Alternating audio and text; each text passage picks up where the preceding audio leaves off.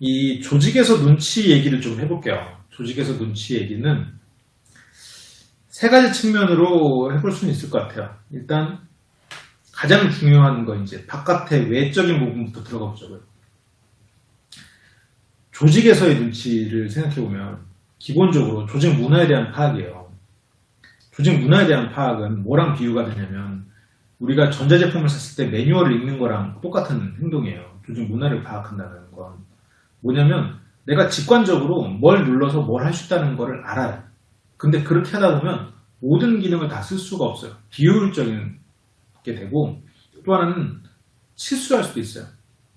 예약 버튼인 줄 알았는데 다른 걸 누르고 예약을 해야 돼서 뭐 밥이 갑자기 설익는다거나 그럴 수도 있겠죠.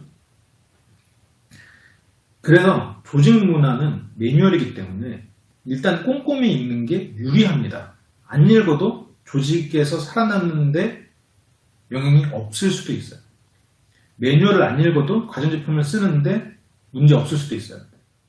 이 매뉴얼을 안 읽고 가전제품을 쓰려면 내가 가전제품을 되게 많이 써봤으면 괜찮아요. 물론 그 가전제품들 간에도 특성이 달라요. 근데 비슷한 불의 가전제품을 많이 썼으면 내가 매뉴얼 안 읽어도 쓸 수 있어요. 자, 이게 조직 문화로 그대로 생각해보면 그런 비슷한 부류의 조직을 내가 많이 해봤으면 나는 그 조직에 대해서 파악을 어느 정도 한 거예요. 조직 문화를 안 살펴도 내가 그냥 얘기하고 싶은 대로 하고 보고하고 싶은 대로 하고 해도 문제가 없을 수도 있어요. 내가 많이 경험을 했으면 그 비슷한 조직에. 그런데 전혀 다른 조직들이 있어요. 예를 들어서 내가 밥솥을 쓰는 거랑 컴퓨터를 쓰는 거랑 다르잖아요. 물론 이런 뭐 매뉴얼이 좀 다른 측면이에요. 그래서 다른 측면의 제품을 쓸 때는 그 매뉴얼을 다시 보기 시작해야 돼요. 그래서 어느 정도 봐야 그 다음에 버튼을 눌러야 실수가 없거든요. 그래서 처음에 내가 만약 신입사원이나 아니면 그런 조직에 대해서 경험하지 않는 상태에서 이직을 했으면 일단 주변을 봐야 돼요.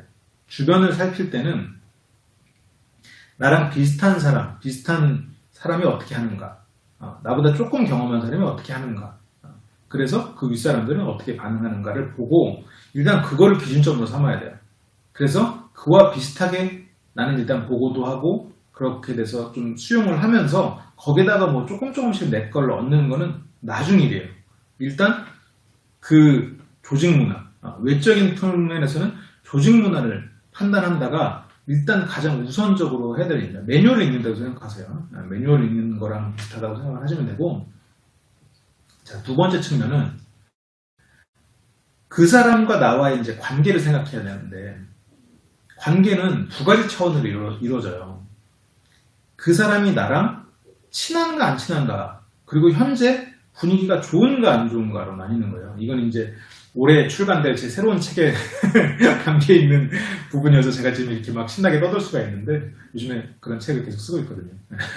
근데 이 사람이랑 내가 친하지도 않고 분위기도 지금 별로 안 좋은 사람이면 그냥 비즈니스적인 관계예요.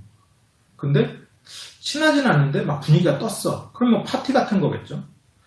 친한데 분위기가 안 좋아. 그러면 일단 침묵이 흐르고 있는 상태일 거고, 친한데 분위기도 좋아. 그럼 친구 같은 상황일 거예요.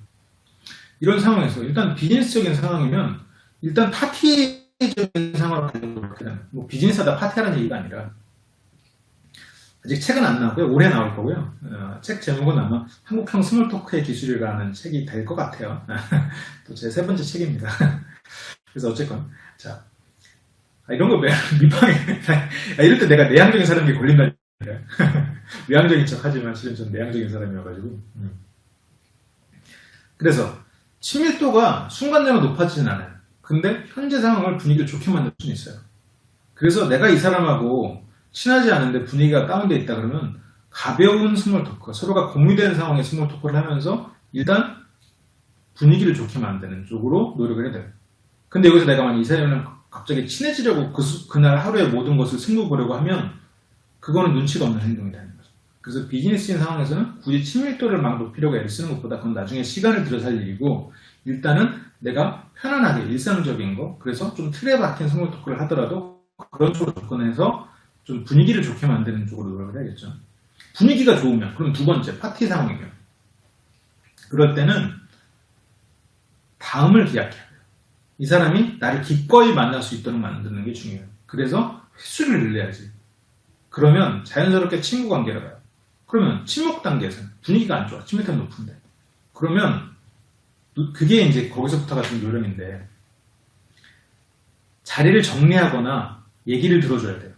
그 사람이 침묵을 지키고 있을 수도 있고 아니면 얘기를 들어주길 바라는데 차마 말을 못 꺼내는 걸 수도 있어요. 그럴 때는 얘기 좀 해봐 이게 아니라 아 나도 좀 회사나 이런 데서 그러니까 약간 유추는 해야겠죠. 나도 회사나 이런 데 힘든데 혹시 뭐 아 참 이럴 때 얘기할 때도 없고 좀 그렇더라. 아 너는 뭐 요즘 뭐 별일 없어? 이렇게 그냥 내가 어떤데 너는 어때라고 이런 식으로 하면 상대 입장에서 만약 얘기하고 싶은 게 있으면 조금이라도 운을 띄울 거야. 그러면 그거 갖고 물고 들어가는 거죠.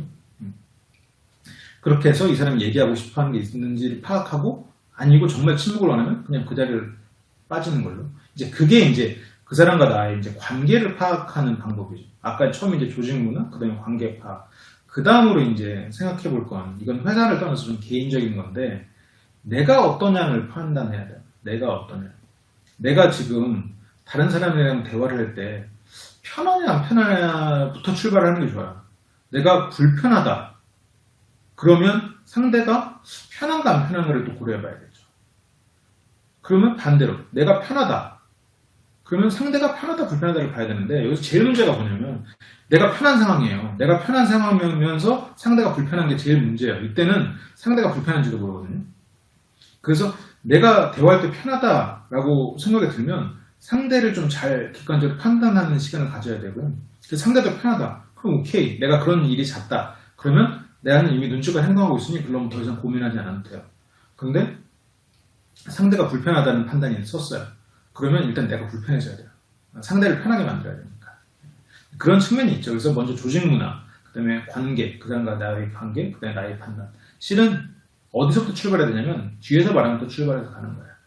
나를 변화시키고 관계를 파악하고 그 다음에 조직 문화를 읽는 건데 이게 이제 회사다 보니까 제가 조직 문화부터 말씀을 드렸어요. 조금 이게 원래 굉장히 긴 내용인데 제가 좀 빨리 정리를 했네요.